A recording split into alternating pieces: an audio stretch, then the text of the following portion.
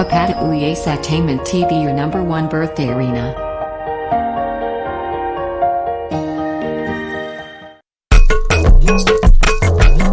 Fọlákẹ́ ó kú ọdún o. Ó kú ọdún. Florence ó kú ọdún o. Ó kú ọdún. Ọ̀sọ́mọ Ìṣẹ̀ṣàyà Ìkẹ́rẹ́. Ó kú ọdún. Àpátápàrẹ wìdé yájọ́yájú bí Ọ̀ṣọ́ṣogbo ó yálé olórí rẹ̀ dé ènìyàn. Mrs. Fọlákẹ́ Florence Fọlákẹ́ aya Adéyẹmí. Ọ̀sọ́mọ Ìṣẹ̀ṣàyà Ìkẹ́rẹ́, mo kí ọ dáadáa. Ìyá olóríire, ìyá àwọn alálùbáríkà ọmọ. Ìyá Rẹ̀mí, ìyá Kẹ́mi, ìyá Kẹ́mi, ìyá Fẹ́mi, ìyá Gbénga, ìyá Túnjí, ìyá Láńre. Tí gbogbo wa pè ní Láríkò, bàbá dára sí mi, òun gangan ló ní máa ké tantan. Ó ní òkú ọdún ọjọ́ òbí tòní. Ó ní kí n kí ọdẹ́lẹ̀ bàbá tó bí ọlọ́mọ kí n yà nílé ọkọ rẹ̀. Ó yá níṣẹ́ Èkìtì. Ńlá ó ọmọ Ògìdàn. Ọmọ Akin lú Adúsẹ̀, ọmọ Akin kú ogun, ọmọ Akin àríjẹ́fọ̀n, ọmọ àgbúre àgúdùgàdà sójú òdì kárìjẹ́fọ̀ òṣèyá àyàn. Ugbó kankan tí dèlú sẹ̀nà pè ní dó àjẹ́.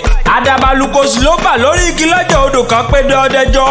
Onímọ̀ títa níbẹ̀ ó togún ìfọ́n, àrìmọ̀ títa níbẹ̀ tèjì àkọ̀fà. Ugbógbó rùkùrùkù lásán náà mú gbógi ọ̀hún lọ́jà odò kádàbàlùkòsì kò lọ. Ọmọ òfìgbà ó rẹ̀ kan jílẹ̀, òrẹ̀ kó bá ti jílẹ̀ ńlé bàbá rẹ̀ ó ní ń tán mú ń ṣe.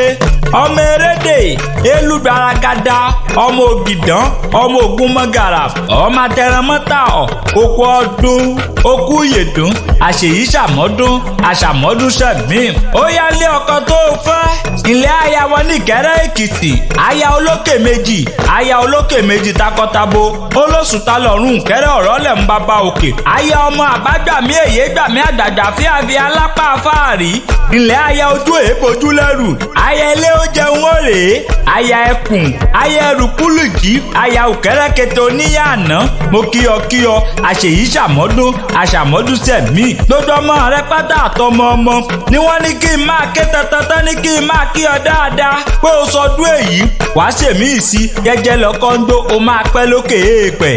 O ní fọjọ́ ọlọ́jọ́ lọ lágbára Ọlọ́run ọba, o ní mọ bójì ọmọ, bẹ́ẹ̀ náà ni o ní rí kú ọkọ, ìwọ fúnra lára rẹ gan o ní fàìsàn lòdà. Mọ́mí Fọlákẹ́ Florence Adéyẹmí, òkú ọdún òkú yèdún, ọdọọdún báyìí làwọn mọ rí ọ tó mọ yẹn panda níwájú àbínú ẹni. Ọmọ aráyé ò ní pa ọ́ láwọ̀dà, wọn ò ní pọmọ mọ́ ọ lọ́wọ́, o ní fàìsàn lòdà.